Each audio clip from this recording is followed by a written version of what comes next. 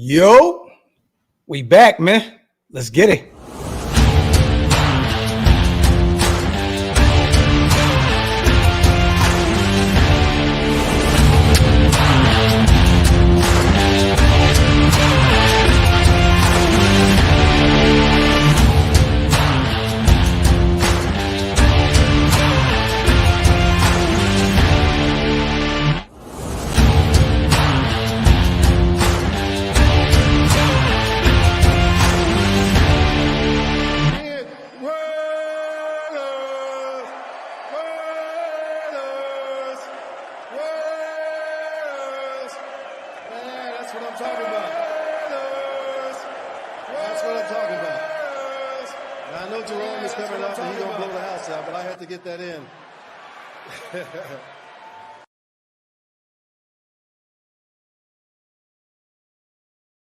Yo, salute to everybody already here in the building, man. Y'all know what time it is. Welcome to the latest installment of the Graphic and Wasted Show. Or the Wasted and Graphk Show, whichever way you would like to slice it. Yes, sir. Got my big bro in the building. What it do, man? Oh, man, I'm cooling, brother. I've been ready to talk some shit, man. I was going to do a solo show, but I said, man, I got to get on the screen with my dog, man, because there's so much shit happening, man. We really don't really know what's even going on, bro. 1 minute something come out, it's 1 minute is cap, the next minute is not. It's just too much going on, bro. We definitely got to get together and chop it up, brother. Well, let's do this real quick. You know, while we weren't live, I did my coffee and convo this morning. Something happened right now. We brought someone in, defensive coordinator for the Jacksonville Jaguars. I talked to you on the phone about this, right? A potential, you guys, replacement just in case Patrick Graham does decide or finds a head coaching job next offseason. A guy that has a lot of experience right now, right? Coming over from Jacksonville, top 10 against the run. They did struggle. The defense did struggle last year with Jacksonville, man. But I'm going to be real with you. They were kind of, look, it's not all Mike Caldwell's fault. But we have brought in Mike Caldwell to be our linebackers coach and run game coordinator. I think this is a great hire, Wasted. How you feeling about this, man? Bro, I think it's a great hire, too, because you got to look at the struggles in context, right? Like, yeah. The other 2 years, Mike Caldwell's defense was a top 8 defense, right? Mm-hmm. Then they lose Trevor Lawrence, and then magically the team starts to struggle. They were a team that was headed towards the playoffs, and they lost a lot of their last few games because Trevor Lawrence was hurt. Yeah. So now you got a lot of 3 and outs. You got a tired defense. You got turnovers. You got things like that because the backup situation down in Jacksonville is not optimal. So, bro, anytime your backup is playing, it's very rare that your backup is able to weather the storm and get you to where you need to be, such as, a guy like a Joe Flacco did with the Cleveland Browns. Yeah. They weren't as fortunate. Yeah, fact. And the correlation between the way that team kind of took a nosedive, even though Trevor Lawrence was there for some of those games, most of those games were when Trevor Lawrence was hurt or compromised with that high ankle sprain. Yep, facts. And real quick, man, shout out to Pro Football Rumors. The Jaguars posted middling numbers in several defensive categories in 2023, but the team did rank 9th in rushing yards allowed. Caldwell will look to duplicate that success with the Raiders as he quickly moves to a new role on the NFL staff. The 52-year-old, remember this, you guys, another former player. Caldwell will look to duplicate the success with the Raiders as he quickly moves on to a new role in the NFL staff.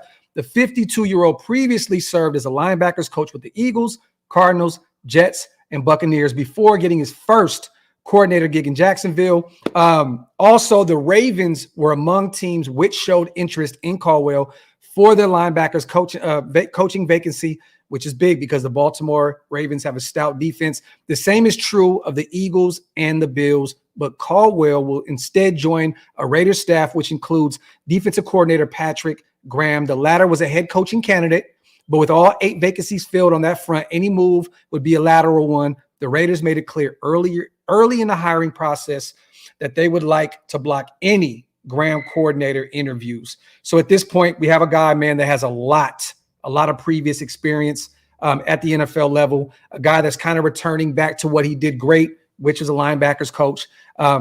Technically, if you guys want to beat him up a little bit, he did fail as a defensive coordinator year one, and you said it with their starting quarterback going down, some pieces around there hurt. it didn't really go all the way, all that great, especially coming off that great playoff appearance, beating the Chargers. Jacksonville was one of those kind of dark horse teams this year, wasted. You know what I'm saying? They were supposed to take that jump. I mean, that's what happens when you draft a guy number one and Trevor Lawrence, who was also, that was the last generational talent that was coming out of the draft, right? So he was Caleb Williams before Caleb Williams, right? Mm-hmm. The thing about Mike Caldwell, right? And we got to look at this in context. Like I said, the quarterback got hurt. Once the quarterback gets hurt, all bets are off. Now, Doug Peterson is had a whole staff of guys on that defensive side of the ball that he's gotten rid of. Yeah. He's got a whole staff of guys. I think that the owner is not really receptive to hearing any excuses. I'm going to be real with you. Yeah. And I think Doug Peterson did this strictly for self-preservation. I don't think that Mike Caldwell and them failed over it. I really don't. And I think it's a great thing to have a guy who has defense coordinator experience, another competent guy in the building, also another former player. So we probably have the most credible coaching staff in football. Easy. And where do we struggle on the defensive side of the football last year, Wasted? Where do we struggle? Struggled against the run. That's right. We struggled against the run. And this is a guy that can come in immediately and help us get that together. Salute to everybody. Salute to Sports Talk with G on becoming a member. We appreciate you, brother. If you guys want to hit the join button on both channels, and I see someone asked Wasted to post the join button. If you can, just go over to Wasted's channel, hit the join button. That is where his membership is right there. It's an easy thing. I see a lot of people in the nation excited about this move. I see a lot of people saying I love the hire. And like I said before, you guys, a guy with experience as a defensive coordinator, just in case Patrick Graham, which I do believe we're going to have a top 5 defense this year. I don't care. I'm putting it out there in the universe with all these great minds, with Caldwell, with Marvin Lewis, with Antonio Pierce, Patrick Graham, Rob Ryan. There's just so much going on the defensive side of the football, man. I do believe at some point Graham is going to find that head coaching spot. And this is a guy that could potentially just take over the defensive coordinator's spot for him. And we can keep this train rolling. Bro, and you know what's good about that too? You're bringing some of the best defensive minds together. Also, you're bringing some of the cultures from some of the better defenses over the last 10 to 15 years in when you bring in a Mike Caldwell. He's been a guy that's been there with the Jets. The Jets have had some really great defenses. He's been a guy that's been there with the Eagles and got a taste of how they do things over there. Yeah, and also there's an interesting name out there in free agency right now, Wasted, a guy named Josh Allen. I don't know if we want to pay an edge rusher, but this is a guy that we should have drafted when we went and got Clee. And you know what I mean? And there's an opportunity to fix that. And I don't know what we're going to do. I think we are going to approach the defensive side of the football. Like you've been saying, man, we're going to be a defensive-minded team now. You know what I'm saying? And I can definitely see us approaching free agency on the defensive side of the football. Josh Allen would be an interesting name. With Malcolm Kuntz on a 1-year deal, with Tyree getting pushed to the interior of that defensive line, and with now, Janarius Robinson with the DUI, we don't know where he is in terms of, we're going to bring him back. Is he going to be cut? Like, are they going to give him the Roderick team? Bring him back. We had this discussion. I know. Bring that man back, bro. It sets a dangerous precedent because you are in Las Vegas, and I know that you want to have this zero tolerance policy, but what happens when it's a guy that you can't cut? You got to take it in a case-by-case basis, person-by-person basis, and to be quite honest with you, we don't know what else led up to the Roderick Teamer thing. Roderick Teamer could have been on thin ice before he got that. He was on the IR and kind of was up and down. He wasn't really getting a lot of reps at the safety spot. He was kind of a special teams guy. Yeah. You know what I mean? But yeah, you're right. We don't know what happened with him behind the scenes. There may have been some more stuff leading up to this, but I'm gonna be honest with you, man. I love the young kid was a baller at Florida State. We talked about this on the phone earlier today. Like, this guy was a 4th rounder. I think he should have went earlier with all the talent that he possessed at Florida State. But a guy that didn't have sexy stats by any means, you know what I'm saying? But he started to finally get it together.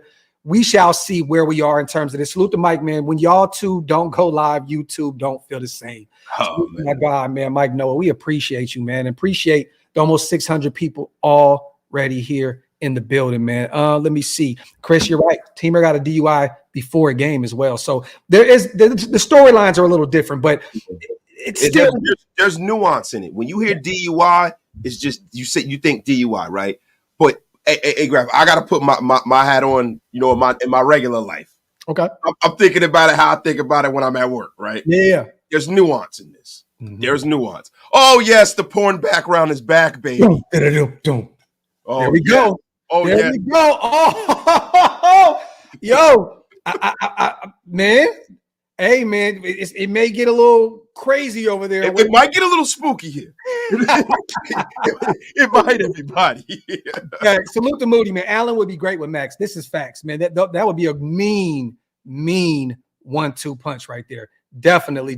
But I think Josh Allen's going to get paid a shit ton of money in free agency. I don't know if that's a realistic option. I mean, I don't think so either, because we have to focus on the middle of the defense. And also, like, if I'm being honest, we definitely need to pour into that, because look, man, if Patrick Mahomes and they're trying to make him Superman, and it makes me throw up in my mouth thinking about him winning the Super Bowl this Sunday. And I'm going to tell you guys right now, I won't watch 1 minute of that fucking thing. And it's not just because they're in it, it's because they're playing in our stadium. I can't do it.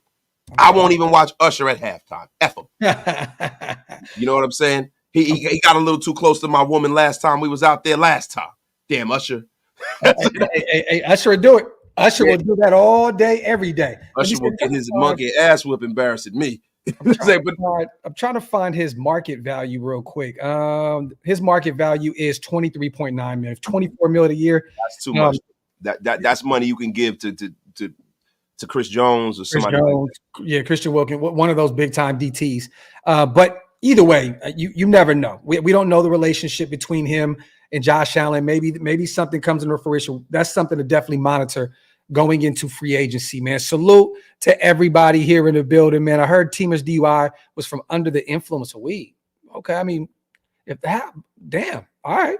That ain't that. Everybody smoked the Critidon in the NFL. There's nothing wrong with that. It's not even illegal anymore, right? Bro, I don't know if you can get banged on it, and I don't think you do, because, like, bro, to be real with you, they should be allowing those guys to do pain management with marijuana. Yeah. That's one thing that Ricky Williams always advocated for, and he lost most of his career over it. There were a lot of guys who lost their career over marijuana, man, and it sucks because they want to get these guys hopped up on all of these different chemicals, and it's probably better for them to go that route with it. He said your background look like Dusk Till Dawn. Yeah, that's right. What a great movie, bruh. Yeah. Dusk Till Dawn, George Clooney. Fire.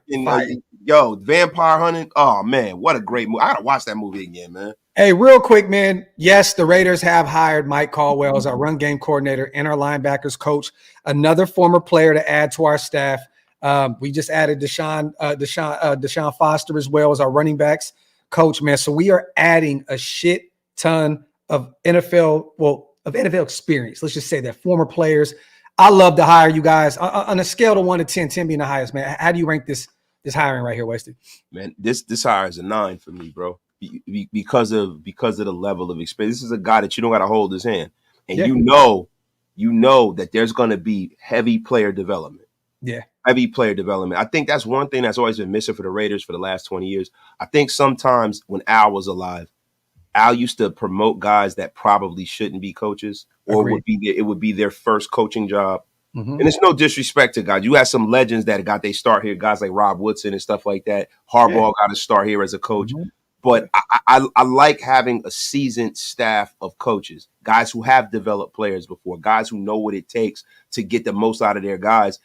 And a level to where if somebody moves on and this defense becomes the Lex Luthor to Patrick Mahomes Superman, and people start picking, raiding the cupboards, we got somebody that can step right in the line. It reminds me of the early, and I'm not saying this defense is the Ravens defense. I'm not saying that. What I'm saying is from a coaching perspective, the Ravens defense of the early 2000s had a who's who of coaches over there, a who's who, and Ray Lewis and them guys, and Peter Boulware, and I'm talking about the original Ravens defense. I'm talking about pre-Ed Reed, the Rod Woodson and Smith and all of those guys, man.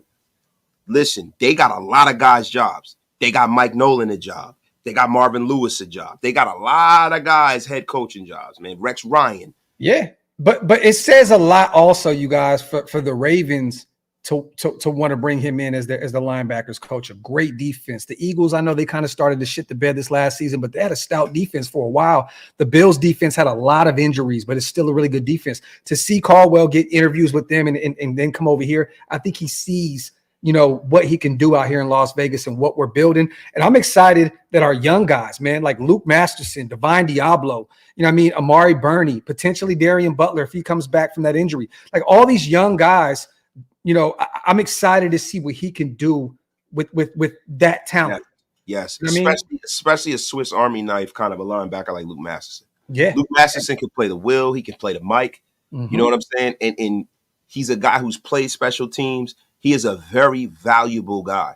Like, I love the fact that if we add another linebacker to this linebacking core, now that becomes a strength of this team now. Yeah. We used to say it was a weakness, but the way that Spill has played, we were thinking last year we got one linebacker as Divine Diablo. If Divine Diablo can make that ascension and his God-given ability can line up with the mental in this scheme, we can have an all-pro linebacker right there. Divine Diablo is very, very talented, right? Former safety at the collegiate level. So, he can cover at some capacity. We haven't really gotten an opportunity to see that, but maybe Caldwell can unlock that. Yeah. And you know what? And Spill, listen, man, they said that he couldn't cover. Man, he showed everybody. Yeah. He dropped in the coverage a lot last year. He was excellent in coverage, right? So now if you add another linebacker, you develop a Luke Masterson. You develop an Amari Burney. Now this is a strength. Now the safety room is a strength. And we still have a kid named Curtis Bolton that these guys love as well. And he's still pretty, he's still fairly young. So I'm excited to see what this linebacking core looks like, especially after the draft. I don't think we're going to approach the linebacker position too much in free agency. I don't think they want to overpay at the linebacker spot, especially with the head coach that's a former UDFA linebacker. I think they're going to, kind of pick their poison in the draft, so to speak. Salute to Chris. What a do, nation. Cannot wait until August. Great moves on the staff. Salute to my guy Chris for the $5 donation. Salute to our brother Robert as well. And the Ravens had nada. DT is key. Salute to my guy, man. Yeah, I can't wait to see what we do at the defensive tackle position, man. I'm excited for that. Salute to my guy Robert, man. Appreciate you, brother. Salute to Squid, my brother in the building, man. Hit them likes, you guys. Pay your bar tabs. Wipe them feet, man. It definitely helps what we do over here at Shieldmore. We appreciate all you guys for rocking with us today. Salute to my brother Raider Squid in the building, man. Let me see. 2 deadly venoms of Shieldmore, Wasted and Graphk. Appreciate you, brother. Salute to Jack Berger. He brought back the old Saturday Kung Fu flicks. 2 deadly venoms. It's not 5, but it's 2 right now. You remember? You remember after wrestling would go off? Yep. I do. When it was raining outside, bro, you watch some Kung Fu flicks, bro. Hey, let me ask you this. Let's get to the meat and potatoes, bro. You can pause me if you like, because I like to say that because I know Wasted likes to pause meat and potatoes. Okay, let's get to the shits. Okay, let's get to it. All right, you can't pause meat and potatoes, bro. You can't pause that. Listen. I've said someone that speaks about meat a lot. No, we have never heard me. Stop your lies, bro. Never. But I want to ask you about this, okay? So everybody kind of lost their shit today on the internet. Chad Ochocinco. And what's funny is he was kind of, I don't know if you guys seen on Twitter, but he was kind of alluding to what he was doing because he was on a jet, right? And usually Chad is such a he's a cheap guy. You know what I'm saying? Eats McDonald's, fly Spirit. He's a guy that's very smart with his money. I don't want to call him cheap. I want to say he's very smart with his money, right? So he was on a jet. I didn't realize when he posted this picture, and he had the Hondo socks. Salute to our brother Hondo. Yes, sir. With the black Air Force Ones. And he posted a picture, and I didn't think about this. Shout out to our guy Mo. Frugal, very frugal. There you go. Mo posted and said, I think he was kind of alluding to it. So he had the Air Forces, and then he comes out and meets up with Antonio Pierce in Las Vegas. And then he starts throwing this narrative out there that he is about to sign to some capacity, right? Now, some people were saying wide receivers coach. We have our wide receivers coach. Now, some people are saying that he may be assistant wide receivers coach. I think that's cap. Now, Chad said something along the lines on Instagram about it's not technically the staff per se. I you know what I mean? But at some capacity, he's going to be working with this. I'm assuming that this is going to be a guy that is going to come in kind of like how Tom Coughlin's technically not on the staff, but a guy that he can lean on. That's going to help with the offensive side of the football. You know what I mean? Maybe he just comes in here and there. Maybe he's hired, it's just a guy that can come in once in a blue moon and kind of help the young guys. Maybe a Trey Tucker. You know what I mean? I don't think that I think that he was trolling. I think that, I said this earlier, and I want to ask your take on this. I don't think that, Antonio Pierce did kind of play along with it and said, we're bringing on all former players, and he's going to help 17, which is Devontae Adams, right? We talked about something interesting on the phone, and people don't really remember the Huzmanzada in Chad Ochocinco or Chad Johnson at the time, Cincinnati Bengals duo, right?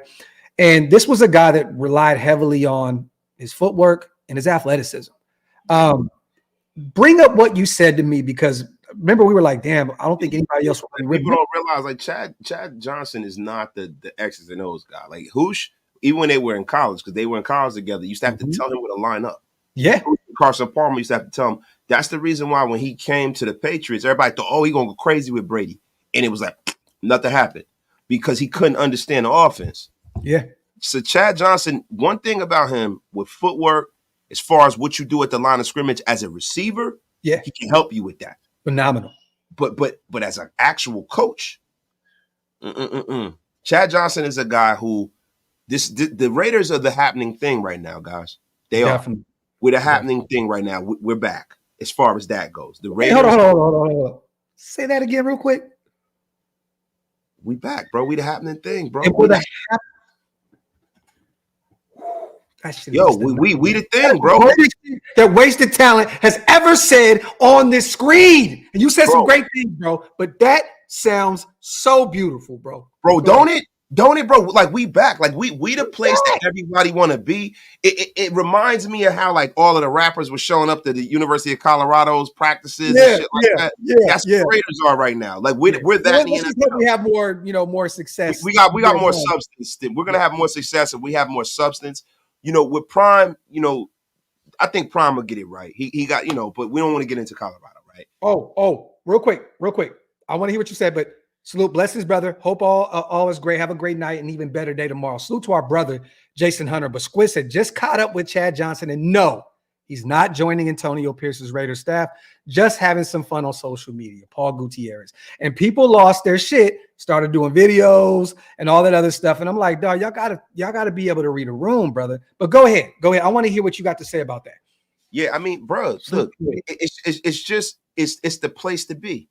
Las Vegas is the place to be. This team is the place to be, right? And there was a time, bro, where I posted a video on my Instagram today, right? And I'll never forget this.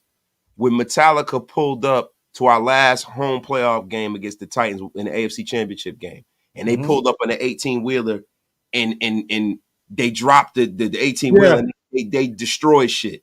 Yeah. Like, even if you don't like rock music, to me, I like all kind of music. I've always fucked with Metallica. You know why? Because I know Hetfield is a Raider fan, and it just feels Raiderous. Yeah, you know what I mean? We hear that. I don't win.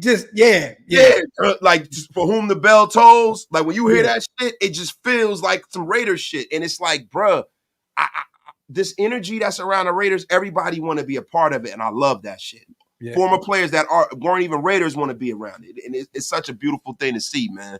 Salute to Jason, man, for gifting 5 Raider Nation Unlimited Wasted Talent memberships. Salute to our brother, man, and salute to all the new members on Wasted channel. We appreciate that, Jay. As always, my brother, much love. And Mutation put a $5 super out there also and said the same thing. So there you go. From Paul Gutierrez, just caught up with Chad Johnson, and no, he's not joining Antonio. I just laughed at this when it came out. Salute to Mutation. I knew it was cap, you know what I mean? But let's have some fun with it. You know what I mean? I get it, but it's like some people got to kind of kick back. I think we kind of learned from the Cliff Kingsbury thing. I'm going to sit my ass back now moving forward. I'm going to wait until I see how it plays out, because it's too many moving parts today, bro. Like the thing about it, about what I don't like about the drive-by media, not to use a Rush Limbaugh thing, because he used to say that all the time. Rest in peace to that guy, right? Even though he was a doucher. Let me stop saying that. Rest in peace to that guy, but he was a doucher. Yeah, but in all seriousness, when you talk about the media, they should be right more than first. Yeah. And it's this thing now where everybody wants to be first more than right. And I got a real big problem with that, man. Yeah, factory. Salute to Victor also for becoming a member, man. Salute to our dog. And salute to Mo Money, man. That shit ain't leather, man. Yeah, shit ain't this shit definitely ain't leather. Yeah. Salute. Factory outlet, man. Salute the Ridgeback. He says Sanjit gotta retract that video, man. Well, let me say this. So I went and actually watched Sanjit's video, and he did say on the on the title that he was our coach, but he also said, I don't know if it's true or not. He just kind of read off the internet what was going on. So salute to Sanjit. I was not trying to shit on Sanjit, but I also knew that it just smelled like cappuccino wasted. Yeah, bro. I mean, come on, dog. Chat. Like, bro. All right. So look, yo, new rumor. You know, our offensive assistant is going to be Antonio Brown. Actually, Randy Moss. Yeah. How about that? Like, guys, you guys got to use your brains out here. And I know our audience does because they're very, very bright. Very bright. Because they help actually make these shows phenomenal the way they are. Yeah, they definitely do. Most people, guys, you guys got to realize something. We live in an era where people just want to be first. Yeah. And you have to sit back and sift through the bullshit. Now, the thing that the Cliff Kingsbury thing taught me is that until the ink is dry in a contract, it ain't leather. This shit ain't leather. That shit ain't leather, man. Facts. And Intel says it right. First sales, right, is irrelevant nowadays. The thing is, we said this on the phone, like people are entertained more by lies than the truth. You know what I mean? So it just is what it is. These days, you know, let me just say this. I actually respect the media that kicks back, lets shit play out, comes with the facts, and then talks about it. You know, with us, this is what we do, right? If something comes up, we'll talk about it. We'll debunk the rumor, or we'll say, oh, it could be real. It could be true, or it could be this, or it could be that. We never really just come on here and say, oh, it happened. It happened, unless we got some inside scoop on knowing if it happened or not. But, you know what I mean? I knew it just, if you guys don't follow Chad Ochocinco, he's a great follow on Twitter, but he trolls a lot. He has a lot of fun. And I think that he has a very, very comfortable gig right now with him and Unc. You know what I mean? They're doing their thing with the podcast.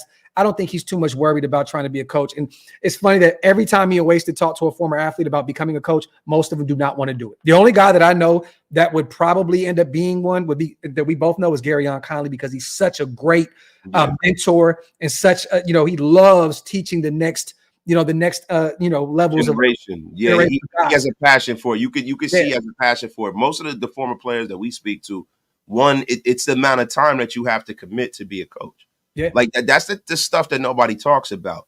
Yeah, it's cool to be on that sideline, but what about working at minimum 14-hour days every day?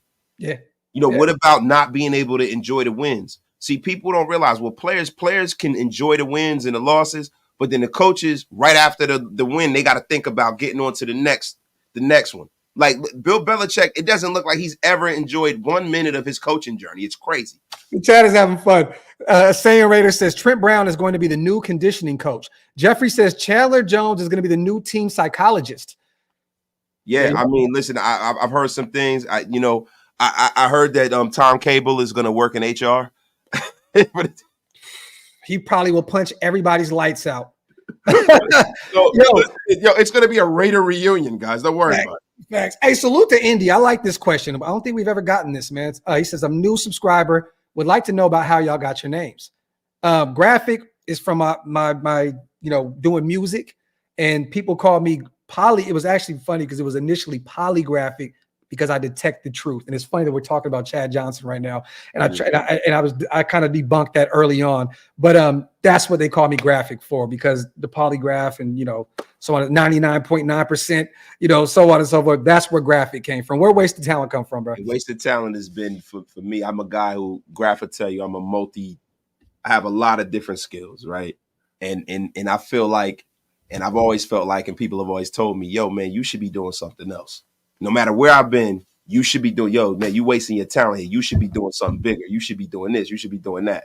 So I kind of adapted that mantra. It's kind of like a double entendre of the source. You know what I'm saying? But everywhere I've ever gone, whether it was playing sports or whether it was at work or wherever I've been, everybody say, yo, you should be famous, or you should be doing this, or you should be doing that. And that's what it's always been. Like everybody always thinks that I should be doing more than what I'm doing, So that's what I like that though. So meaningful names, man. Salute to Jay Insight. What do y'all think about Mark Davis saying that? I talked about this already. Nothing burger. It pisses me off that people keep talking about this. Yeah. It really angers me. First of all, if you can't see that Mark Davis is a socially awkward guy, right? If you can't see that, then you can't see shit, right? But also, if you can't see the sarcasm, just and I was getting to that. Yeah. And if you can't read the sarcasm in what he said, what do you guys want Mark Davis to do? Do you want him to rip his shirt off and go full Booker T? 49ers, we coming for the gold. Hulk Hogan, we coming for you. What do y'all want him to say, bro? He's the owner of an NFL team. You want this guy to just go and destroy the 49ers and the Chiefs? Oh, I effing hate him. Bro, he's a partner with these teams. He's got to keep it politically correct on a sense, but that is his little backhanded way of saying that I hate both of those teams. Yeah. Everyone knows that he hates the York family. Yeah. Everyone knows it. He knows that the Kansas City Chiefs, since he was a child, hate. He hates them, bro. Don't do that to Mark, bro. Come on, man. Yeah, and he was just having some fun. I gotta say this. It's funny because from the outside looking in, he does seem like a socially awkward guy. But when you actually hang out with him and you're around him and you're in space and you're kicking it, he is one of the funnest, like coolest dudes ever, bro. He'll smoke a cigar, have drinks, like being at the alumni parties and then going to the 8 Lounge and hanging out for the Marshawn Lynch party.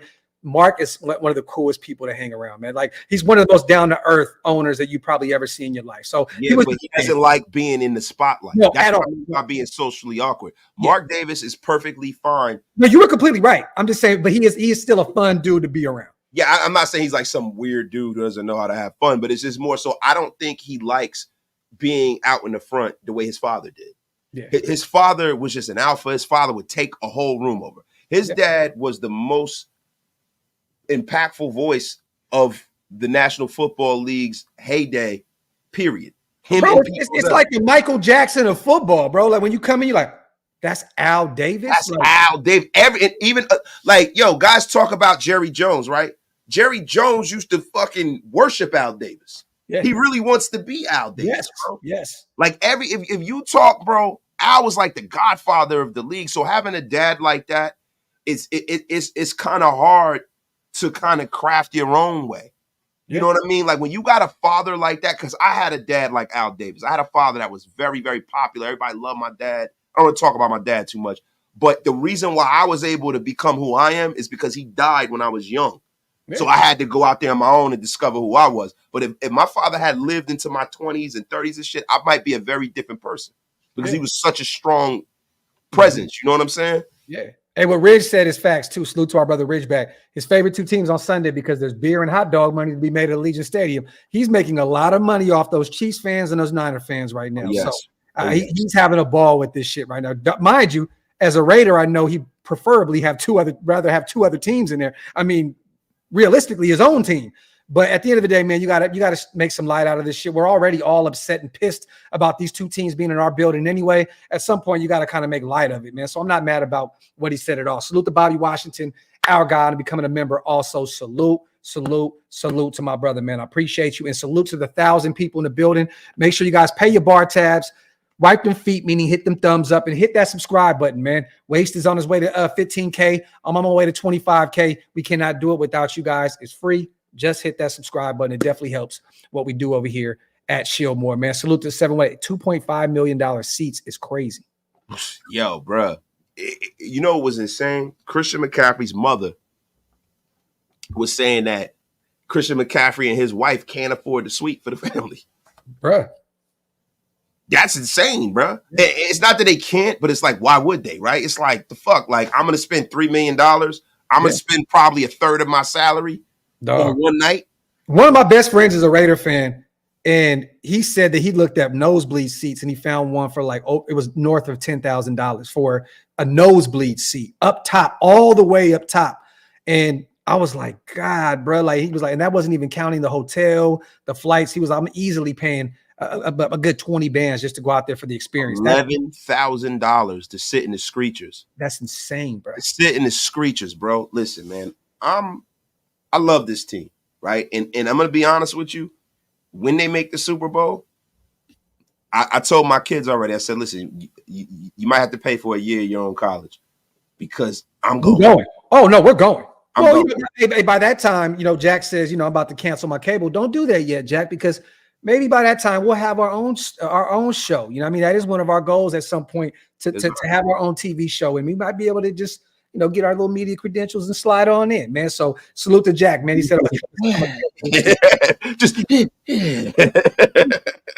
salute to Jack, man. Salute to Wade. As always, Maxx Crosby should have bitch slapped Chris Sims. So let's talk about this. So I'm gonna be real with you guys. I've been looking everywhere trying to find. I didn't go to YouTube though, and we kind of did this show last minute, so I didn't get an opportunity to really hear what he said. All I heard from everybody on Twitter and Instagram was that Maxx Crosby absolutely fried Chris Sims for some remarks that he made about to some capacity our team.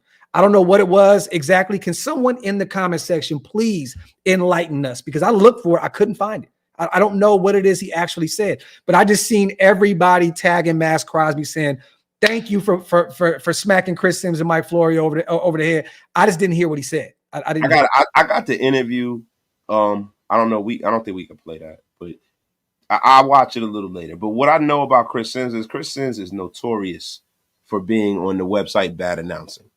He gives a lot of bullshit takes. This is a guy who has rode his father's coattail to an NFL career. This is a guy who I've never seen somebody that's been more privileged than Chris Sims. When he was at Texas back in the day, he was this big recruit. I think he played at Don Bosco. He's a Jersey kid, of course. His father's the great Phil Simms from the New York Giants, right? And Phil Simms was given that job at the University of Texas. Major Applewhite outplayed him. I don't know if y'all remember Major Applewhite. They gave Chris Sims that effing job. He was an effing bum at Texas. He was a disappointment. He's an effing bum. Then he leaves Texas, comes to the NFL, and he's even more disappointed. Then he becomes an announcer, and he gets a job because he's Phil Simms' kid again. And he's a terrible effing announcer. And he's always shitting on the Raiders with that Muppet-faced loser Mike Florio. Let me tell you something, Chris Sims. I hope that Maxx Crosby slammed you on your face after that interview, you effing bum. So apparently he was talking about the fairy tales are going to be over with Antonio Pierce after the second game. And then I seen also in the chat that he spoke about talking about Aiden O'Connell and Jacoby. And then he also said he doesn't like the way he always is disrespecting the Raiders, especially the defense. So either way, whatever he said Chris Sims said shit about the defense and said they had no big names on the defensive side of the football. So, hey, regardless of whatever happened, I love that our leader of this locker room stood on business and let it be known, man. Put some respect on the Raiders' name, man. I love it. And thank God that we have Maxx Crosby is our leader in this locker room and our best player. I love it, man, because I can't stand Florio. I can't stand Chris Sims at all. You know what? It makes me happy to see when Gruden used to terrorize him when he was his coach in Tampa Bay. Yeah. It makes me happy when Chucky was going full Chucky on him too. Yeah. Oh. Classmate Q, he kept disrespecting the defense, and Maxx was like, "We got dogs over here too." I love it. I gotta actually go back and watch it after this show and kind of form an opinion on it. But I'm taking all y'all shit at face value. Man, Sims, man, I don't even gotta watch it. F him. Yeah. F him and Mike Florio. Goddamn ventriloquist puppet. Oh God, he do look like one of them, bro. He look like a vampire ventriloquist dummy. Yeah, I know. It's like blah blah blah blah blah. Blah. Yeah. Like, 1, 2, 3. 1, 2, 3. Fat in your motherfucking mouth. Abstract. Maxx was standing on business. True leader. Salute to my guy Abstract on a $2 donation, man. Salute to everybody here. Phil Simms tried to he tried to fist bump Maxx in the interview, and Maxx left him hanging for a couple of seconds. It was pretty funny. So it sounds as though, Maxx was having a little fun with it, but he also stood on business, though. I like it. He tried to fist bump me when he was my quarterback. Let me tell you something, man. I told that fucking scrub, man, to go get me some coffee and donuts, man, to get a warm seat on the goddamn bench. He throws like a left-handed girl, that kid, man. Graphk, man, how you been doing, man? Man, I'm blessed, bro. I'm blessed. How you doing, man, I'm doing excellent, man. I'm just a little pissed off, though, man. I see Chris Sims talking about my Raiders, man. Let me tell you something, man. Raider Nation, tell you something. It's your old coach, Coach Grew, man. Let me tell you. I used to tell that Chris Sims guy, man, he might be the fucking worst quarterback in God's creation, man. He needs to go play rugby or something, man. I told that guy, man, the only thing that he's ever going to get under center, man, Told him, man, I said, hey, man, the only time you're ever going to get under center is you play Pop Warner football, man. You never should be in the National Football League again, you little bum. I thought I signed Phil Simms, not Chris Simms. Yo, Bum. Gert said Chris was stuttering and Florio was antagonizing the whole thing. That's right, man. Hey, man, let me tell you something, man. Girthy Raider is crazy, man. That's fucking crazy, man. Let me tell you something, man. If you ask some of the chicks at the Spearmint Rhino, they called me Girthy Raider back in the day, man. Hey, man, I tell them it's like the Heineken cake can. Oh my God, bro. Gru is out here wilding right now. Man, let me tell you, man. I whipped it out, man. They thought it was a fucking bucket of Lysol scrubs, man. I'm telling you right now, man. I'm just telling you guys, hey, man, don't worry about it, though, man. You know what I'm going to do, guys? I got Chris Simms' number. I'm going to give him a call and haunt his dreams again, man. You guys have a great night. Hey, Graphk, man, I love you, brother. Love you too, Gru. Hey, stupid. Salute to Raider Jimmy, man. My dog Wasted and Docs. Love that content. Salute to my guy, Raider Jimmy, in the building, man. Salute to Elijah. Also, he said, Girthy Raider is crazy. Yo, he is wilding. Not Derek Chauvin is wow, dog. You trying to get us canceled, Elijah. You wilding, bro. Yo, bro. You wilding, bro. Elijah is out here tweaking with the $2. Yo, Elijah, you are about to get unceremoniously $2 block. Yo, the F out of here, yo. Wasted think he Jerry Rice out here. Look. Yo, we are for sure getting canceled off YouTube tonight. Not tonight, but tonight. Raiders signed Jakob Johnson again. Damn, did we? Brought him back? I didn't see that. I mean, hey, they need a fullback. Hey, I mean, shit, run heavy. Hey, look, man, that's some old Bo Schembechler shit. You thought like Jim Harbaugh was gonna be on that Bo Schembechler shit. We gonna be on that old Bo Schembechler shit, man. That old Michigan, man. I formation. Do you got a fullback, laddie? God damn. Adele said then they started kissing his ass. Of course they did. Of course they did. Salute the coach, man. When are you gonna bring the real Gruden on? That will never. Well, that is the real Gruden, man. What you mean? What are you talking about? It's the real Gruden, man. Coach, you tripping, bro. You tripping. I think you got a brain freeze, man, from all that Jamba Juice you over here sipping in your default picture and shit, man. That's the real, bro. It's a real Gruden, man. It's 100% real non-Gruden, man. Gru has been very quiet since those emails. You know what I mean? He got a whole thing going on in his life right now. So, you know, we're lucky to get a little comedic shit here and there on these episodes with Gru here and there because Can you imagine if he did come on? Oh my. Well, you guys think that's real fucking funny, huh, man? Hey, which one of you guys do Gruden? Hey, which one of you guys? Hey, why don't you fucking do Gruden in front of me, man? Bro, if we had Gru on, you'd have to do that with Gruden. I definitely would. I'd be like, hey, what's up, man? I'd be like, hey, I like Frank Caliendo better, man. We wouldn't be able to tell who the fuck was nasty work. Salute to D Bernie, our brother in the building, on becoming a member also, and salute to Emmanuel on becoming a member also, man. We appreciate you guys as always, man. Clone, no, it is not. It's not a legit thing at all. He was having some fun. Antonio Pierce was having some fun. I think Antonio's smart enough to know that you can't tweet that you're bringing him on. You know, there's a process to that. Giovanni B. That's exactly what I was thinking about. Slappy the puppet from Goosebumps. That's what I was talking about. That's exactly what he looks like. Giovanni B's the GOAT.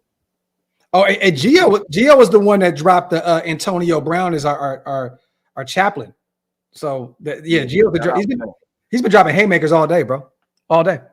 Salute to Gio. That is the one, right? You know, I got to bring this shit up real quick. Hold on, bro. Slappy the puppet, bro. Holy shit, bro. Listen, that's what when I say looks like a ventriloquist dummy, that is exactly what I mean, bro. Dog, there is no fucking way that he hit. Gio is a GOAT, bro. He hit this shit on the mother. Oh my god, bro. Look at this shit, bro. Exactly. Yo, Gio, listen, bro. You have hit Shadow Fox level GOATness. You have hit Johnny Kicknuts, been bad level GOATness. That is how goated you are with this, man. Shout out to you, yo. That is funny as shit. Mike Florio in the flesh. Wow. Holy shit. Salute to Gio with a haymaker. Salute to our guy S. Dot. For Wasted and Graphk to answer, who is the best run blocker and 3rd-and-1 converter at center? You asked this shit. I think you asked this like 7 times already, bro. Yeah, we don't know yet, bro. Like that's too hard to say. Van Pran, Power. I swear that you asked this like 10 times.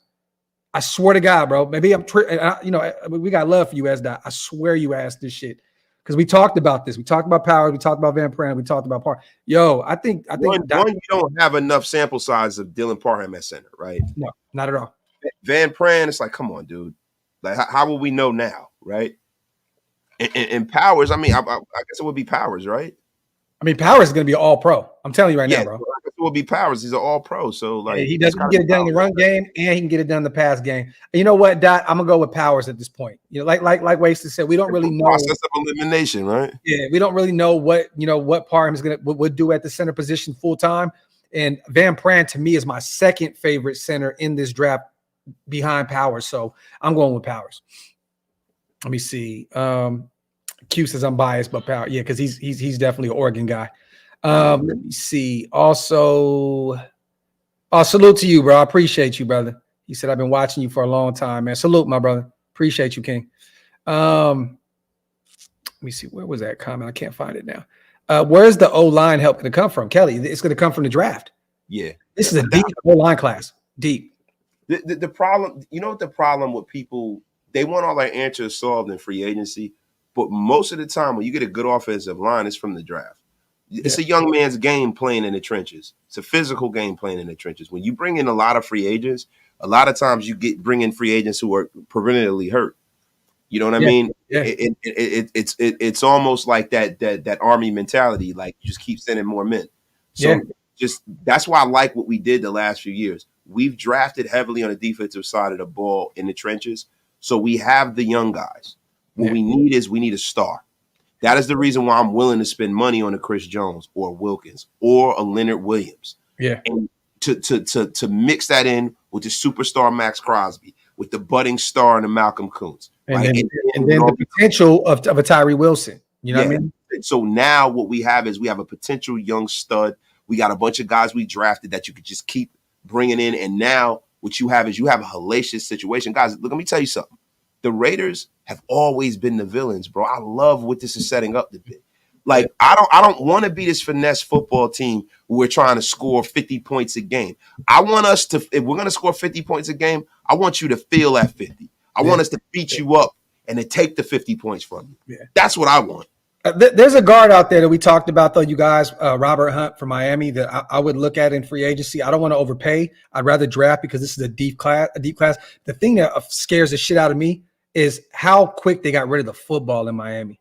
You know what I mean? Like they were just boom, boom, boom, boom, boom. Like, so I don't know what Hunt would look like in this system with Luke Getsy, as our guy. I don't, because they got rid of the football so fast, so much movement out there in Miami. I'm afraid that if we go pay a guy like Robert Hunt a nice chunk of change, that it may not translate in our system in Vegas.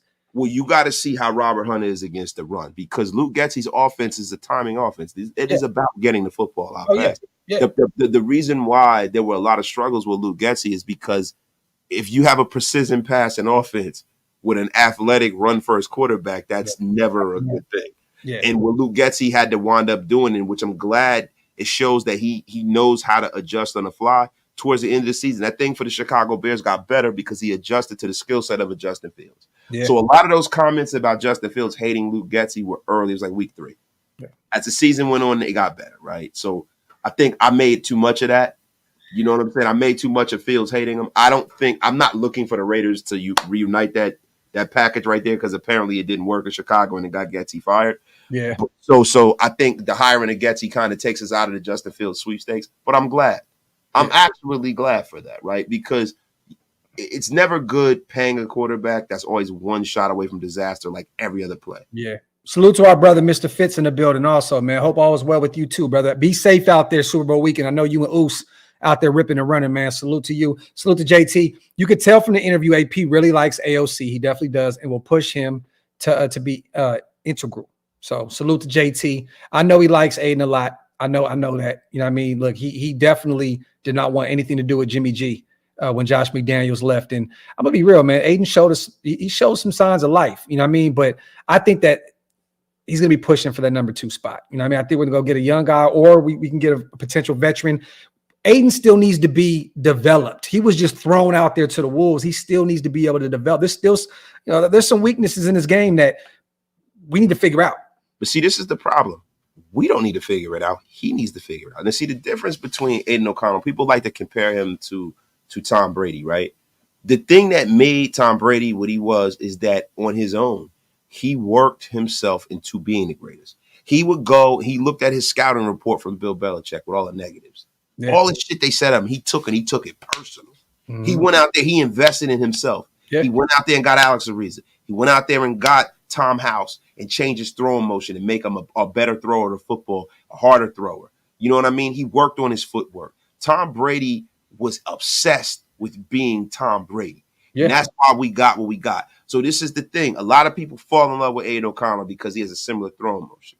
And the story is a little similar. 4th round pick, 6, whatever, right? Mm-hmm.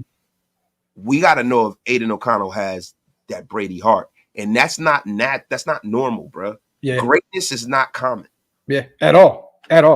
That level of greatness, that's a once in a lifetime. Michael Jordan, Kobe Bryant, Tom Brady. Is levels. So unless Aiden O'Connell has that level of greatness inside of him to work, and I'm not talking about like just natural roll out of the bed ability. I'm talking about the stick to itness, the work ethic. If he don't have that work ethic, we do need to bring somebody else in and develop. Salute to Ridge, man. I mean, let me tell you this: if we miss out on those top quarterbacks, and say we do go get a Russell Wilson in free agency and we get like a Spencer Rattler in the 3rd round, Ridge, what do you guys think of this? Because you just spoke 2 names that are 2 of my favorite players in this draft. Christian Haynes, the guard out of UConn, and then Powers at center. If you took Powers, right, if you traded back in the 1st and took Powers, picked up some extra draft capital, and then you got Christian Haynes in the 2nd round, the guard, I'm telling you, this dude is phenomenal. If he drops in the 2nd round and then you get a Spencer Rattler in the 3rd round, I wouldn't be against that if you got a Russell Wilson in free agents. We talked about that also, wasted on the phone, about the potential of having a quarterback room of a Russell Wilson, Spencer Rattler, and Aiden O'Connell. Yeah. And look, everybody cooked me for talking about that, right? But bro, I'm not against that. And I made a mistake, guys. My boxing brain was on. I said Alex Ariza. I meant Alex Guerrero. My bad. Alex Ariza is the guy that got everybody in trouble with the roids and boxing. So, and I'm over here like, yeah. Alex Ariza, Alex Guerrero. I fucked up. My bad. Yo, salute to Danny Boy. Docs, I like us trading up to 5 for Jaden. That probably won't even get it done, though, Danny Boy. You might have to move up another 2 spots. But if we're going to trade up, we might as well go all in to number 1 to get Caleb. I don't see it happening, Danny Boy, but I hear you. I definitely hear you, brother. Salute on the 5. What pisses me off about that thought process, and this is the reason a lot of people said to me, well, you just switched string. You were saying go all in on Caleb, right? The reason why, there's context to that. When Cliff Kingsbury was rumored to be here, we know that there's a handcuffing situation with Cliff Kingsbury and Caleb Williams. So if Cliff Kingsbury was in the building, I'm thinking, well, maybe, Caleb Williams will help massage that situation for the Raiders to move up by refusing to play, right? But if you don't have that, right, now we got to be real, right? And then after that, Washington don't want to play ball with us. They need a franchise quarterback. Even though they got Sam Howell, they need a franchise guy, right? Yeah. The Patriots, we don't know what that mindset is there. We don't know. The one thing I do know is don't be surprised if the Patriots are ready to play ball, because the guy that's sitting at the top of that decision-making chain is the owner.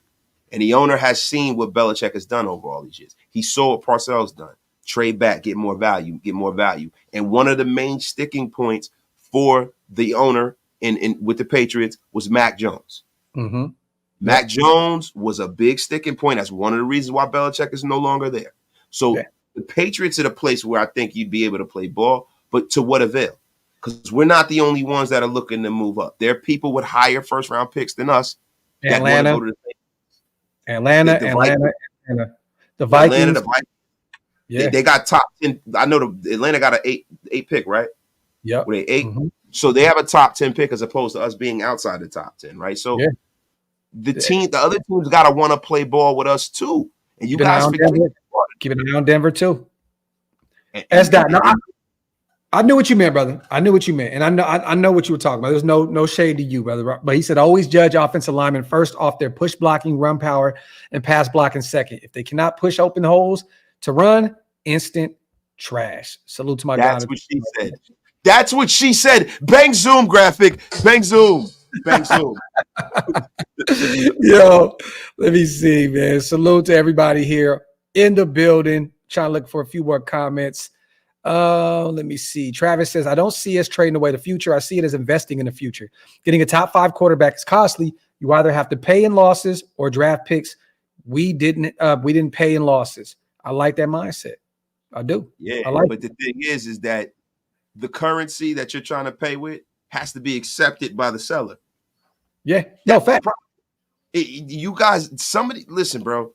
This quarterback draft is one where you have to open your mind up, right? And this is the reason why a month ago I said, yo, this Russell Wilson thing could be real. Because, and I'm going to tell you why. So if we're going to go as veterans go, let's just go Russell Wilson, Kirk Cousins. Who's a better quarterback? Russell Wilson or Kirk Cousins? Yeah. Like right now? Right now, their whole career, who's a better quarterback? Oh, Russell Wilson. Russell Wilson, right? And even right now, look, Kirk Cousins, it looks good, but Russell Wilson, Super Bowl winner. That Achilles scares the shit out of me, bro. Yeah. So listen, Kirk Cousins, $45 million, Russell Williams, peanuts and a half-eaten sandwich because Denver's paying most of the freight there. You bring in Russell Wilson.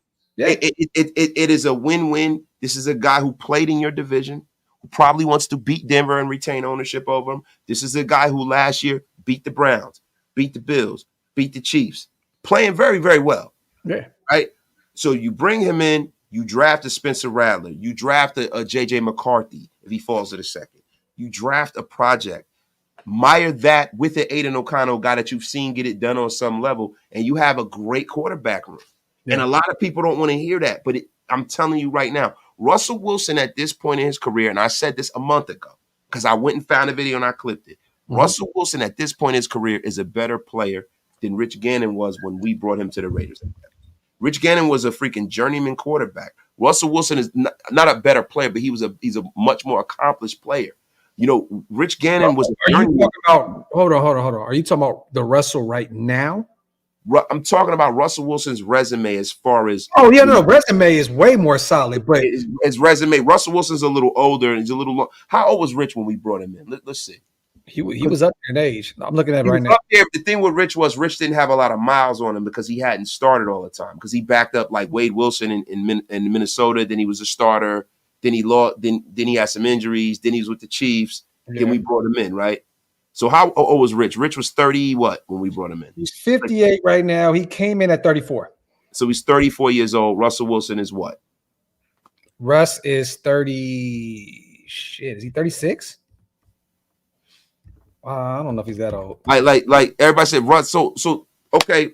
So Russ is 35. He'll be 36 pretty much at the start of next year. I mean, they're around the same age, right? So this is so the analogy I'm making is congruent. Now, Space B says I've gone full dementia, right? So Russell Wilson supposedly sucks, right? This is a guy who's been in a Super Bowl 2 times, right? Now let's look at Russell Wilson's career numbers. Yes, I got it right now. I got it right now. So you want to just go across? Let's just go across his career. Okay, let's do this. 15 games this season, okay? He had over 3,000 yards passing. He had 26 touchdowns compared to 8 picks. That's in 15 games. Yep. So not a bad year by any stretch. 9-time Pro Bowler, 1-time Super Bowl champ. I mean, he's had a great career, you guys. He really truly has. The most passing yards that I believe he's had in a season is 4,200. Yeah, what's the most touchdowns he's had? 40 fucking touchdowns. Yeah, 40 in 2020. 40 in 2020, 31 in 2019, 35 in 2017. Yeah. 21, 34, 20, 26, 26. Yeah. You know, he had Denver. Nathaniel Hackett is probably the worst offensive coordinator in God's creation. Well, let me say this. I don't agree with that, but the worst head coach agreed. Well, yeah. Well, Nathaniel Hackett is great with Aaron Rodgers. Let me say that. Yeah, there you go. And that's my argument. That's all I got to say. That's it when it comes to that. Yeah, but Go ahead, brother. You know, for people to say that Russell Wilson sucks, man, what do you guys consider sucking? Yeah. Oh, hey, yeah. Yes. Hey, That just happened. That just happened. Let's get to the supers real quick, man. That just happened. Hey, somebody clip that.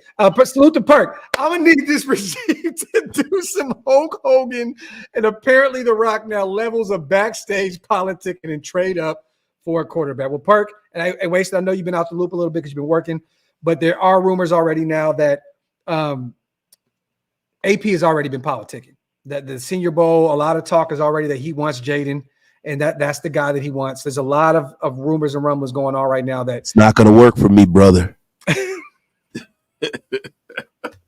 That was nasty work, man. Salute to all the nice comments. What exactly is? Listen, bro. I'm not the one talking about. Like, get the F out of here, meat and potatoes. You know, Nasty work. Salute to Victor. What do you think Wilson on the Getty offense will look like? I think it'd be great because you're going to have a run game. The ground game is going to set the pass game, and he's going to get rid of the football quick and in the hurry. To be honest, I think Russell would thrive in this system. Wasted. I think he would. Yeah. I mean, now if this was previous systems that we've had, I mean, he might have struggled, but I think he would work magic in this. And then you got Devontae Adams, the best wide receiver that will ever have a chance to play with. You know what I'm saying? Like, you got Josh Jacobs, who potentially be back, an all-pro guy. Like, look, there's so much talent. I think Russell would have a hell of a year. If he could do what he did this past year under Sean Payton in 15 games with the options that he had, I think he would work wonders. He's 7-1-8 said Devontae will walk out. Why do you think Devontae will walk out? He's playing with a Super Bowl winning quarterback. Literally, I mean. FBI talking about, man, get the F out of here, bro. Let me see.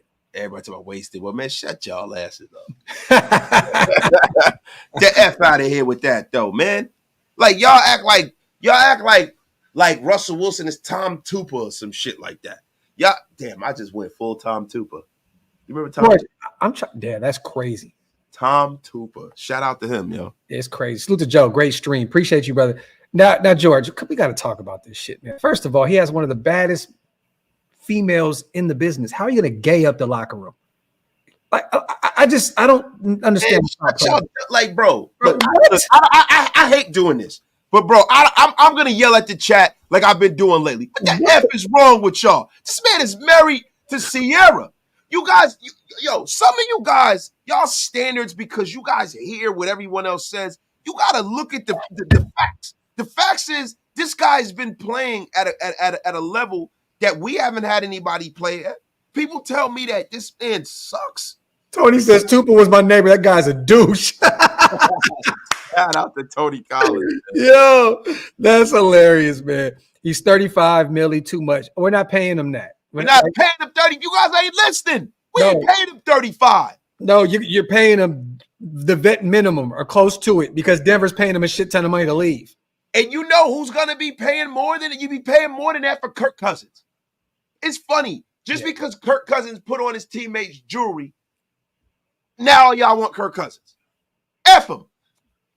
Salute to Graham, my brother, man. Russell is far from a scrub. Ugly situations were a little heavier than his talent these past few seasons, man. Salute to my guy Graham with a haymaker, man. Yeah, Kirk's going to cost you, Clint, a lot of money. And coming off of that Achilles injury, that scares the living shit out of me to even try and bring him in. If we're going to go the older route, you bring in Russell Wilson on a vet minimum and you help him develop the young guy that you draft. You have him help with Aiden O'Connell, your other young guy that you drafted last season. It's an easy philosophy to grasp, you guys. Bro, you know everybody says that how did he suck for 2 seasons? He goes there the first year. Nathaniel Hackett was rudderless. They had no talent. Comes here, played well for the Broncos. The Broncos moved on because of his salary and the injury guarantees. Yeah. And Sean Payton wants his guy. They didn't move on because of his play. The guy beat the Browns, the Chiefs, and the Bills. What the F are y'all talking about? Yeah. What are you talking about? With a not so good offensive line also. With a terrible offensive line. Yeah. What the F are y'all talking about? Let's be real. But you know what? Let me tell you guys this. I've not been on the Russell Wilson train at all. I want to trade up and get the young guy. It's time to do it. It is time to do it.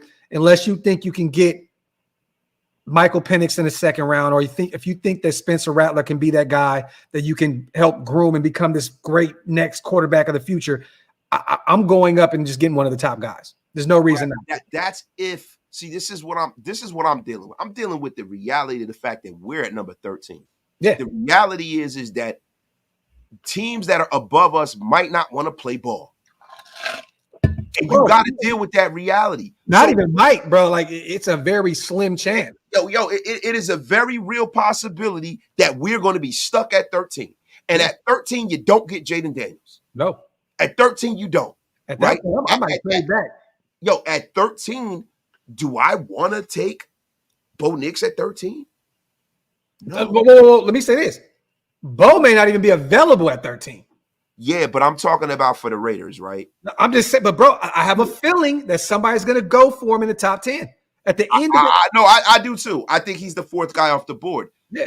And then you'll be lucky. Fourth quarterback off the board. Yeah. He's the fourth quarterback off the board. So now you'll be lucky to get Michael Penix. Mm-hmm. You'll be lucky. Yeah. Right? Yeah. I like Penix. I like Bo. It's a lot of guys. McCarthy. I can wrap my mind around bringing any of these guys. You like what way? Man, bro, come on, bro. Listen, bro. You want to smoke more boots for that shit? I'm just. No, it's back on, bro. Because we said we leave in pause in 2023, and you brought it back to the future. So it's on now, Graphk. Everything you say is getting paused, bro. All right. Salute to Perk Angle, man. One of the greatest names in YouTube history. Remember when Shawn Michaels thought he was the ultimate politician and got out-politicked by a 52-year-old Hulk Hogan out of his prime?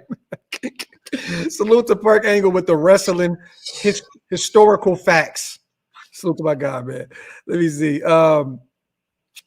Eli says, no, look, what's funny is you got anyone that's familiar with the channel, I've always been higher on Michael Penix. We've been higher on Michael Penix. The thing about it is that what you got to look at is and we bet with him at the Senior Bowl. We actually sat down with him. Yeah, I like Michael Penix Jr.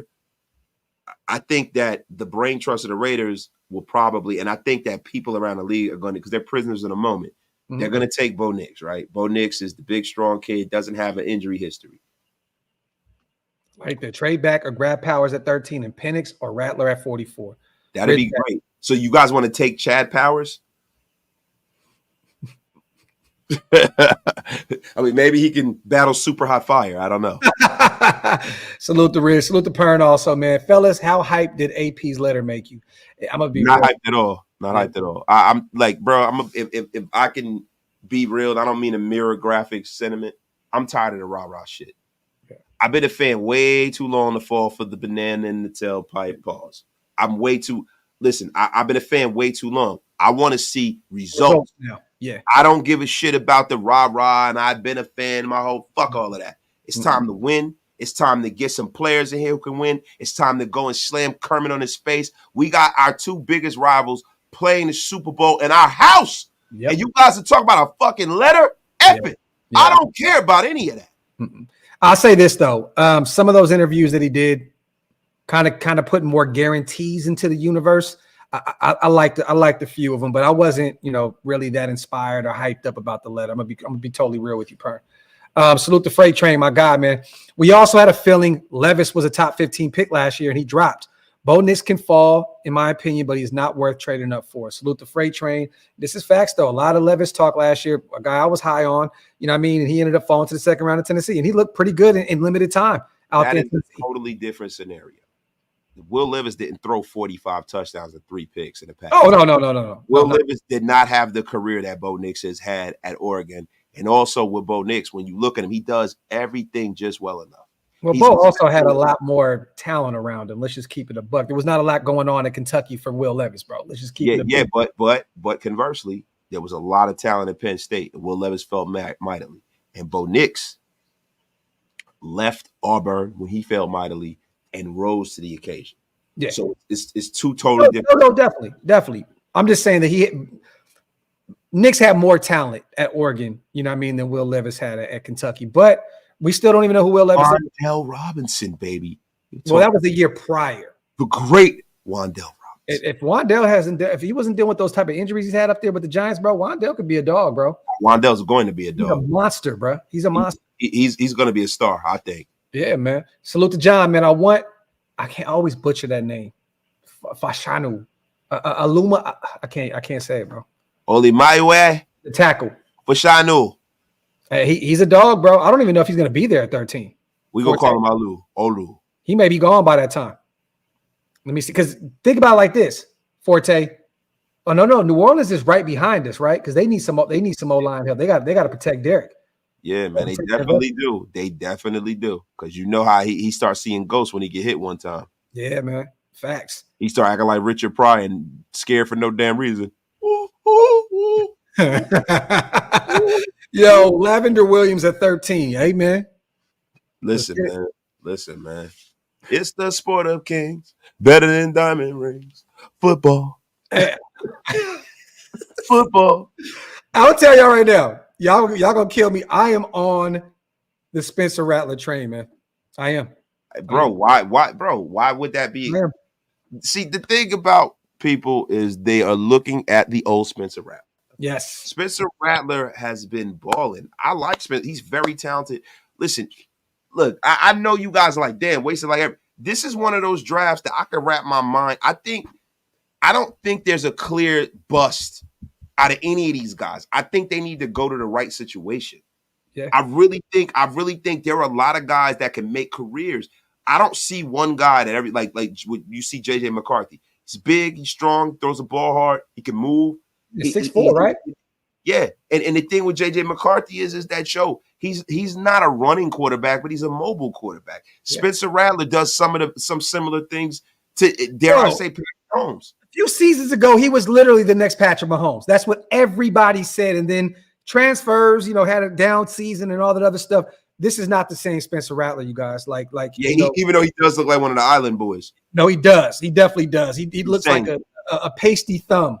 But at the end of the day, he can perform. Salute to Bobby. Bo Nix fits the West Coast scheme. Gets he wants to play. This is facts. In the Joe Melton is a bust.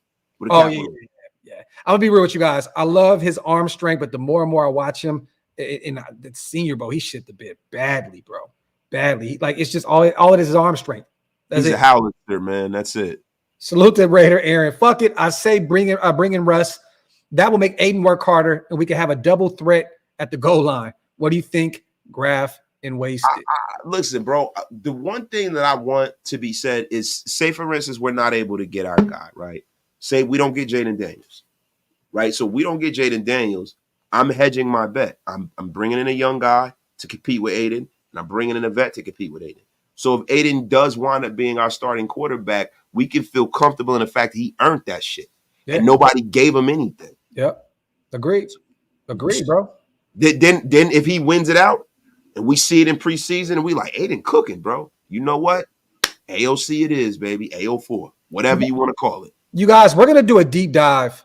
You know what we need to do? We need to reach out to Lil Bro. We need to do a show and get Andy on and Big Mike and do a Spencer Rattler film breakdown. I think that'd be dope of what he did this past season. Not in years prior, but this past season. We need to put something together because I already wanted to do some shorts on Spencer Rattler anyway. We should put some film together and actually break that down. That'd be fun. Filmatic, do the Bears take Junior with the first pick? Marvin Harrison Jr. for those who have not look. It's Caleb Williams, bro. Filmatic. I don't think they pass up on him. I don't see it. I think that Uberflex seen what that offense looked like with Justin Fields. I think that they're ready to move on. And I think that they know they can get some extra draft capital to beef up their wide receiver room and their O-line by moving on from Justin Fields. I think it's clear cut they take Caleb, or maybe they say, you know what, we fall in love with Drake May. It's gonna be a quarterback.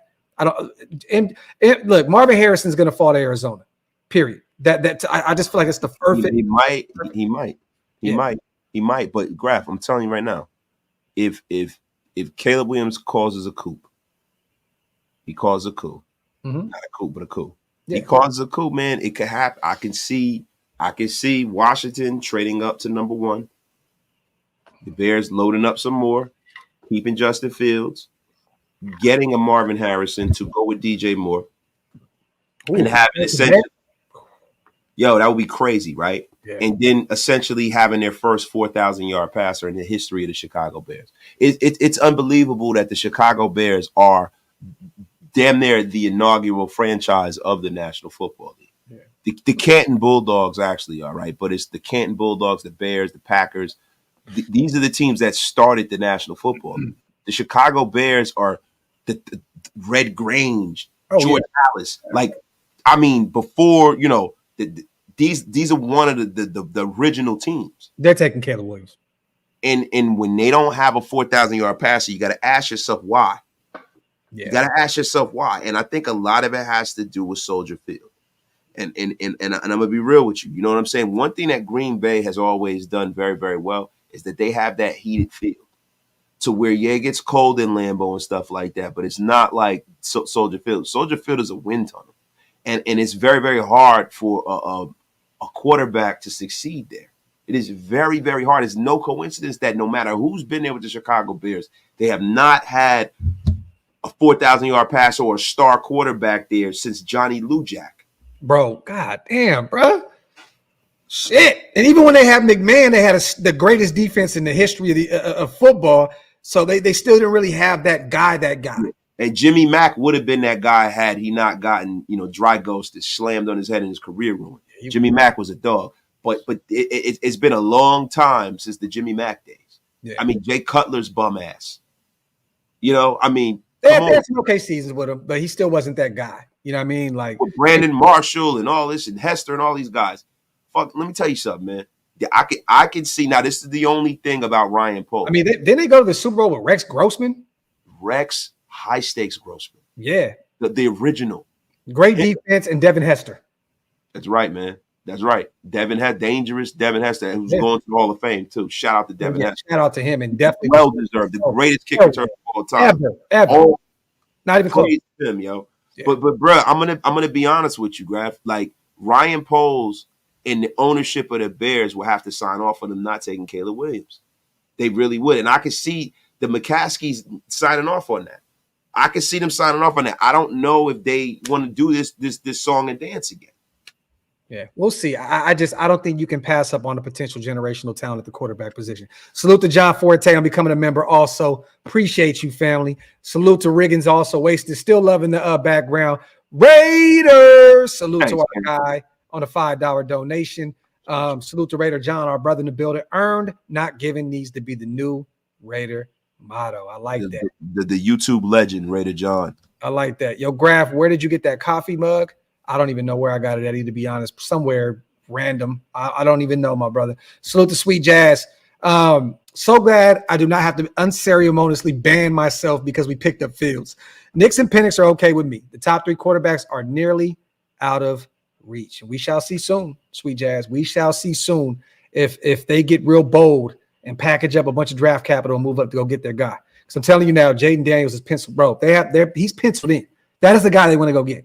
I'm telling you now, bro. Like AP ain't playing. He's saying, look, we're getting all my guys, coaching staff wise, who I want here. Wanted Marvin Lewis. I want Hugh Jackson. You know, look, Getsy might have been number 2, but he was high on his list, right? Bringing in all these guys. AP is getting what he wants. There's no reason for them not to go get the most pivotal piece, the quarterback.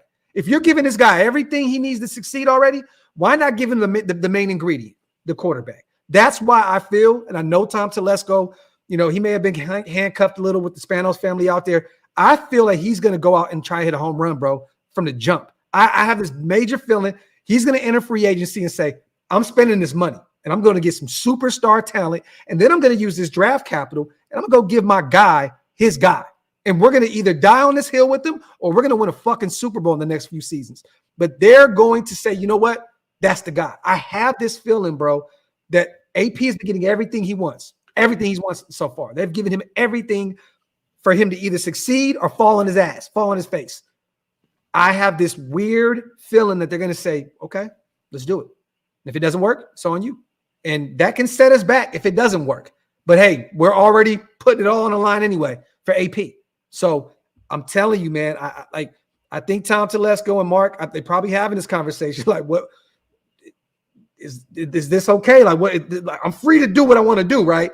But I think AP is still in mind. Like, look, bro, I can definitely listen, man. I can subscribe to that. The thing is, are they going to be willing to play ball? I don't know. Yeah. Well, we shall see. We shall see. But if you reach out to New England and they're still, a lot of pieces away on the offensive side of the football, they got a nice defense. They always have a nice defense. And Mayo's going to continue to build that side of the football. But if they say, well, we can go get a bunch of pieces and we still believe in one of these mid-round guys or a guy in the second round, or at 13, we could potentially get Bo Nix. Like you said, right? New England can say, well, I like Bo Nix. I like Michael Penix Jr.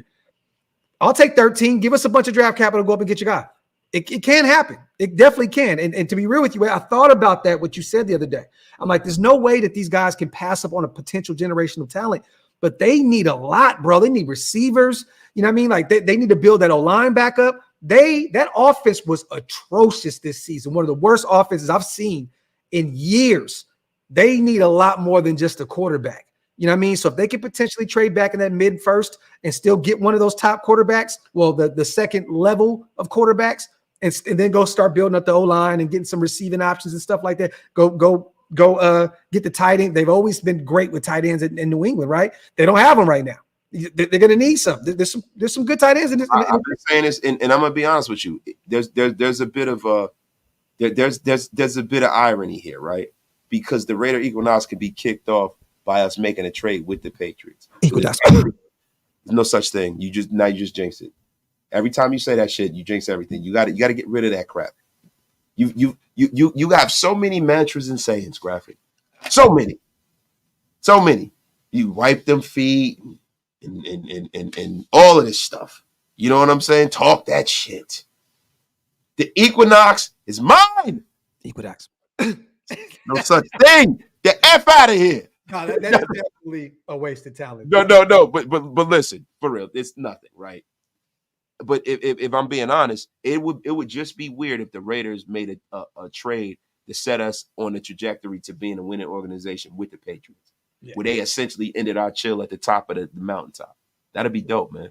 Hey, Q, I agree with you, but what gunslinger doesn't make boneheaded throws? Patrick Mahomes makes boneheaded throws. He threw a pick six against us.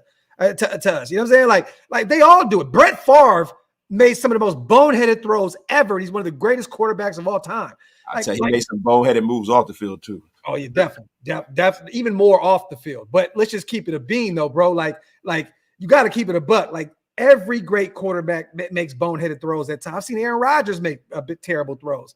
You know what I mean? All these guys, it happens when you got guys that throw the football the way that some of these top guys do. They're gonna do it. I've seen Burrow throw some terrible passes. He's still a great quarterback. It happens. Yeah, shit ain't living. That shit ain't living. Facts. Some pleather. Shout out to people that used to rock the pleather. Salute to our brother Hammer in the building also, man. And Girthy, it's nasty. I can't say that anymore, man. I was gonna call you GR. Right? Nasty work. But Josh Allen is damn near the leader in interceptions every year, and he's one of the greatest quarterbacks in the NFL. So, bro, it's funny. Is he one of the greatest quarterbacks in the NFL right now? I mean, shit. Like, bro, that's a guy that I got a problem with that, bro. This is a guy who loses big games, throws interceptions. It just, I don't like the way Lamar Jackson has always been questioned, and he's always been kind of like criticized, and Josh Allen is just anointed. He's not done half of the shit Lamar Jackson's done in this league. It's unbelievable, bro. I think Josh Allen is overrated, bro. Would you take Josh Allen right now?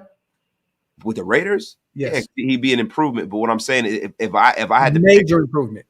Yo, what I mean is that's not fair. Like the thing is, am I picking Josh Allen over Joe Burrow or freaking Lamar Jackson? No. You know what I'm saying? They put him in that elk. I wouldn't take him over with the kid in Los Angeles with the Chargers, Justin Herbert. I would take Justin Herbert over him too. I think when they put him in that rarefied air, I think Josh Allen has a lot more to prove, man. I don't see greatness when I see him, man. He's got a lot more to prove. I see a lot of people mentioning Trey Lance. Also, you guys, look, I think that Dallas is going to hold on to him. I think they still have question marks about Dak, the way he performed in the playoffs last season. You know, he's up for a major contract. I don't see them moving on from Trey Lance. I think they're going to keep him around. And, they gave up some draft capital to San Francisco to go get him. I don't see them moving on from Trey Lance. I think they keep him as a backup and try and develop him a little bit. I don't think they move on from him. I don't. I see a lot of people saying Trey Lance see if Dallas will trade him. I don't see that happening at all. Yeah, I don't want that buckethead joker here, man. F him. Green, it's the offensive line as a whole, and then the defensive tackle position. Well, I can't even say that. The quarterback position. I mean, shit. I think quarterback and offensive line. This needs to be an offensive draft, and it needs to be a defensive free agency period. Yeah, you're right, because you know what? This is a nasty defensive tackle class, bro. Like, after the first round, there's not a lot of great defensive tackles in this draft. This is not a deep class by any means. It's Sweat. It's the kid down in Miami. It's Newton. It's Newton and the kid down in Miami, Taylor. Is it Taylor or the third? The kid down in Miami. I know exactly who you're talking. But then you're taking a flyer on some of those late round guys. This is a very, very slim pickings when it comes to defensive tackle type of class. You got to go get the defensive tackle in free agency. So Green, quarterback, offensive line. That's what I have. The two biggest positions to fill. And I'm going to go with guard because I don't know if Jermaine Illumina, we'll talk to him next week. So we'll see, where we're looking at in terms of that. But we do have Cowtown. I don't think at all, bro. I think this is a very slim defensive tackle class. I don't think this is deep at all. But I don't know what we're going to do at right tackle yet. Is it going to be Mumford? Are we bringing back a Jermaine Illumina? I don't know yet. Is Dalton Wagner going to flash in the offseason? I don't know what we're doing yet, but we need to get that right guard position intact. And then we have to figure out the center position. And there's a few of those in this draft. So, but yeah, Andy says Wagner. There you have it, man. You never know. Bro, I didn't know that. We haven't seen Wagner take one snap in the NFL, bro. That guy might not even make the team. We don't know. We don't know. We don't know. And I don't even want to put him in the mix. So when I'm thinking about offensive line, it's Thayer Mumford first and last, second for whatever. You know what I mean? Thayer Mumford is a huge part of what we got going forward because he can play guard like he did in college, or he could just play right tackle. And he did well, but he did even better at left. Bro, way better at left. That's why I look at Mumford as a great backup to Colton Miller, or, we talked about potentially trying to get up to that top 3 spot and using Colton Miller as some bait. But I like Mumford at left tackle, but I wouldn't play him over Colton Miller at this point. You know what I mean? But not yet. It's going to be and you got to be real with you. I don't even want to talk about it yet because we don't even know who the fuck is going to be our offensive line coach. We don't know what scheme we're going to do. Power. We don't know if we're going to be zone. We don't know. Yeah, any of that. So we don't know. And Desert, you're right. Zach Zenner would be definitely a great pickup in the later rounds out of Michigan. Facts. Ridgeback says we can solidify our offensive line for the next 5 years with some of these guys in this draft. This is facts. Facts plus tax. Coming up on an hour and a half, you guys. Let's take a couple more questions before we get out of here. I know Wasted got work very early in the morning. I'm going to spend some time with the wife and try to get an hour in with my sons before they got to go pass out for school. But a couple questions before we dip out of here, you guys, real quick. Before we do that, let's pay some bills. Make sure you guys wipe them feet, pay your bar tabs. Yes, sir. Thumbs up. Salute to all the new members, the non-members. Salute to all the new subscribers. Make sure you guys hit that subscribe button on both channels also. And we just appreciate you guys, as always, for rocking. Had over 1,000 people in here the past hour, man. Salute to you guys. Oh, we did? Damn, I didn't even look. Yeah, man. Raider Aaron says, do you think that Getsy can develop Aiden? I mean, I think that Aiden fits the mold of what Getsy is doing. So I definitely think that he can continue his trajectory upward under Getsy. I don't know if he's going to be the number one guy, you know what I'm saying? But I think he can get better. I hate that. Listen, when we talk about developing a quarterback, you can give them some tools. There are a lot of talented coaches in the National Football League, right? You got to develop yourself in the National Football League.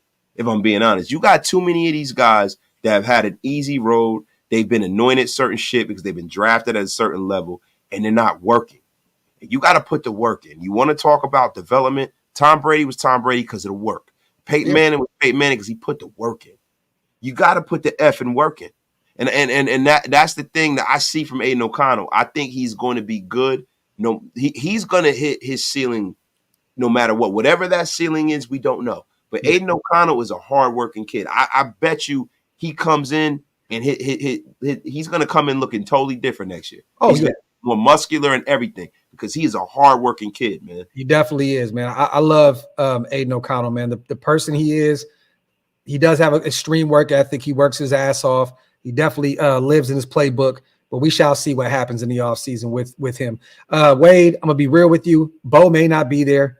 I do believe Denver's going to be looking at Bo Nix. Also, Powers is not going to be there at 44. We might have to trade back up from the second round in order to try and get him. I see Powers as a first-round guy, but I wouldn't be mad if we got Bo Nix and Powers back-to-back. That'd be great. Lake Show. I see it. I normally don't look at the chat during the show. Lake Show. We don't have a man crush on Aiden O'Connell, bro. What I can say is that Aiden O'Connell won a few games for us. He's a hard worker. He's a 4th-round pick. He has some talent. Are we saying that Aiden O'Connell is definitely the future? Are we saying that he's Dan Marino? No, we're not. But what we're saying is that Aiden O'Connell's a hard worker. We got respect for what Aiden O'Connell put out there in the field. And if you don't, then something's wrong with you. Nobody's saying he's Patrick Mahomes. Nobody's saying we don't got to bring in somebody else. Did we name him the starter once? We have not named him the starter at all. Like, we're the F are you talking about? Yeah, look, hey, Lake Show, it may sound like you may have a underlying issue or something, bro. Do you not like people with geometrically symmetrical hairstyles? The F is wrong with you, man.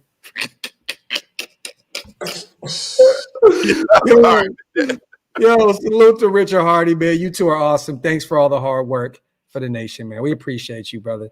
I think that's the best way to end this show, man. You got anything to say, Wasted, on the way out? Nah, man. I just want to say thank everybody for pulling up, man. It's been a most splendiferous occasion. Yeah, real talk, man. Salute to everybody here in the building. We talked about the Ocho Cinco situation, talked about everything. Mike Caldwell being the new linebackers coach and, was it run game coordinator? Talked about it all. And, yeah, so until some news pops up, we will be back, you guys. But we do have some interviews coming up. Yes. So stay tuned for that. We'll be in the shadows until then. Yeah, I know, right? This week we may have one. We may have one. Oh, he said Lake Show. He said he's not talking about us. He's talking about the chat because everybody. Yeah, F the chat.